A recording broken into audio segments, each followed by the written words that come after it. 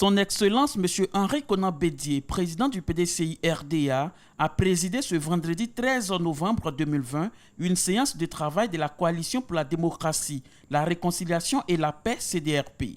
Au menu de cette rencontre, les préoccupations de la CDRP en vue de la poursuite des discussions avec le président Alassane Ouattara pour une paix durable en Côte d'Ivoire. Écoutons M. Henri Niava, membre de la CDRP, pour la lecture du mémorandum. Des partis politiques membres de la CDRP relative à l'appel de M. Alassane Ouattara pour renouer le dialogue avec le président Henri Konan Bédié. Contexte. Au cours de son allocution télévisée du lundi 9 novembre 2020, le président sortant, Alassane Ouattara, a exprimé son désir de rencontrer le président Henri Konan Bédié. Cette rencontre, qui s'inscrit dans le cadre du dialogue politique réclamé de longue date par l'opposition, a eu lieu le 11 novembre 2020 au Golf Hotel. Les deux personnalités ont convenu de se revoir pour approfondir les discussions en vue de réunir les conditions d'une paix véritable et durable en Côte d'Ivoire. Les partis membres de la CDRP félicitent et encouragent le président Henri Konan Bédié pour son sens élevé de la responsabilité en acceptant cette rencontre. Les partis membres de la CDRP, acteurs privilégiés de l'actualité récente de notre pays, viennent, par ce mémorandum, donner leur point de vue sur les discussions qui s'ouvrent. Il est utile de rappeler que la CDRP et la quasi-totalité de l'opposition ont très tôt décidé déceler les signes avant-coureurs de la crise que nous vivons aujourd'hui lorsque le président sortant, Alassane Ouattara, contre toute attente, a décidé de briguer un troisième mandat alors que la Constitution de la Côte d'Ivoire limite le nombre de mandats à 2.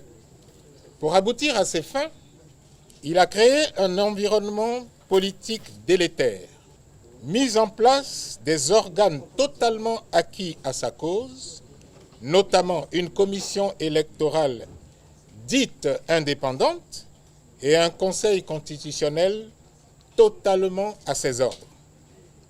C'est pourquoi les partis membres de la CDRP et l'opposition s'étaient tous rassemblés pour mener des négociations en vue d'assainir l'environnement politique et traiter en amont les questions liées à l'organisation de l'élection présidentielle, de celles relatives au code électoral et à la composition de la CEI, ainsi qu'à la candidature illégale du président sortant Alassane Ouattara à un troisième mandat. Malgré les appels et autres recours à des institutions nationales et internationales, à des correspondances et autres saisines qui en font foi, les démarches initiées par la CDRP et toute l'opposition n'ont jamais été entendues par le régime de M. Alassane Ouattara et par le RHDP.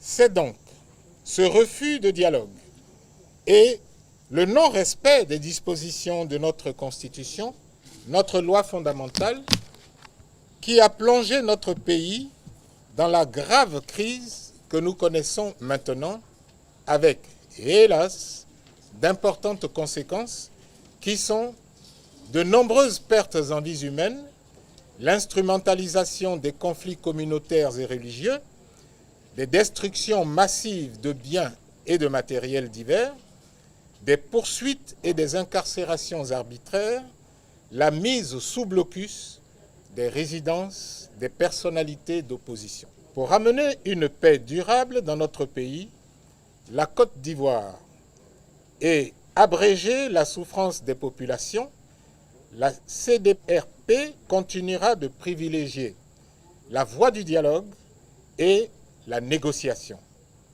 Il y a cependant à tout cela des conditions. La CDRP exige, compte tenu de l'environnement actuel et de ce qui précède, que les conditions qui suivent soient satisfaites avant toute discussion.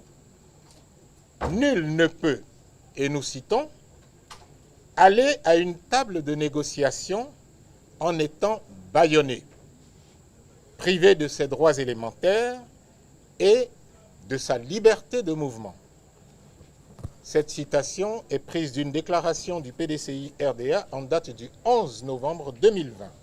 C'est pourquoi, avant ces négociations, la CDRP demande la levée définitive du blocus autour de la résidence du président Henri Konan Bédié, la levée définitive du blocus autour des résidences de tous les leaders de l'opposition, notamment celle du professeur Maurice Kakou-Gikawe, du professeur Aswa Adou, secrétaire général du FPI, de messieurs Afin Guessan, président du FPI, Albert Mabri Touakeus, président de l'UDPCI, et de Hubert Oulaye, président du comité de contrôle du Front populaire ivoirien. La libération de tous les responsables et militants des partis politiques de l'opposition, ainsi que les acteurs de la société civile, injustement et illégalement incarcérés, dont le professeur Maurice Kakou-Gikawe, M. Ndri Pierre Narcisse, le président Félicien Sekongo, le ministre Alain Lobognon, Mme Anne-Marie Bonifon, Mme Pulchérie Balé, Mme Valérie Yapo et le porte-parole de l'opposition, le président Afi Nguessan et les sénateurs Seribi Nguessan et Bassi Kofi. Le retour sécurisé de toutes les personnalités maintenues en exil, au mépris de l'article 22 de notre loi fondamentale, dont le président Laurent Gbagbo, le président Kibafori Guillaume Soro, le ministre Charles Blé-Goudé et le maire Akossi Benjo. La cessation de toutes les poursuites judiciaires contre les responsables et militants de l'opposition ainsi que les acteurs de la société civile. Le retour à un fonctionnement normal des partis politiques, en l'occurrence le libre accès à leur siège. La création d'une commission d'enquête internationale sur les événements survenus dans notre pays depuis le mois d'août 2020 et la mise en place de dispositifs permettant d'indemniser les victimes. La libération de tous les prisonniers politiques et militaires du conflit post-électoral de la crise de 2010, le démantèlement des milices instrumentalisées par le régime du RHDP et le président sortant Alassane Ouattara. En outre, les partis politiques membres de la CDRP réaffirment la nécessité du dialogue inclusif et son élargissement à l'ensemble des personnalités des plateformes et partis politiques de l'opposition rassemblés autour du président Henri Konan Bédié, tel que l'avait rappelé notamment par un communiqué du PDCI-RDA en date du 11 novembre dernier. Il y a des problèmes de fond et les perspectives s'inscrivent dans les points suivants.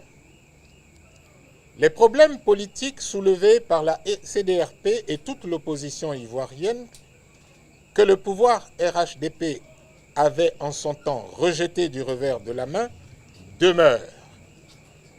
Ils sont donc à résoudre pour inscrire notre pays dans un véritable état de droit en vue de ramener les conditions d'une paix définitive et durable. Nous les rappelons ci-dessous. il s'agit du strict respect des dispositions de la Constitution de 2016. Il s'agit par ailleurs de notre exigence de voir invalider le scrutin du 31 octobre 2020. Il s'agit ensuite de la reprise des discussions sur la CEI et l'impérieuse nécessité de réformer cet organe. Enfin, la dissolution et la réforme du Conseil constitutionnel et l'audit par des instances neutres, indépendantes et crédibles du fichier électoral ivoirien. La CDRP, consciente de ses responsabilités historiques, informe ses militants et sympathisants qu'elle a pris la décision de maintenir le mot d'ordre de désobéissance civile dans le respect de la non-violence et de la paix. Elle appelle tous ses militants à rester mobilisés et à attendre les mots d'ordre que nous allons passer très bientôt. Fait à Abidjan le 13 novembre 2020, la CDRP. Ce vendredi 13 novembre 2020, le président Bédié a reçu en audience une délégation du FPI-AFD venue lui réitérer leur soutien après la levée du blocus autour de sa résidence. La vice-présidente du FPI, Christine Konan, s'est confiée à la presse à leur sortie d'audience. Le Front populaire ivoirien, représenté par moi-même, première vice-présidente, et le secrétaire général et le directeur de cabinet du président Pascal Affi-N'Guessan, est venu, compte tenu de l'actualité, dire dans un premier temps sa compassion au président Henri Konan Bédié pour tout ce que nous avons tous vécu la semaine passée. Et nous avons constaté que le blocus a été enlevé et qu'il a rencontré le président Ouattara. Il était tout à fait normal qu'on vienne lui dire toute notre compassion et lui dire que nous saluons son leadership éclairé qui vise à ce que la Côte d'Ivoire retrouve la paix dans un avenir très proche. Par le biais de l'avocat, nous savons que le président Pascal Affi-N'Guessan garde toujours le moral et il est toujours prêt. Physiquement, il se sent bien, moralement aussi, il est bien. Donc nous avons de ces nouvelles par le canal de notre avocat.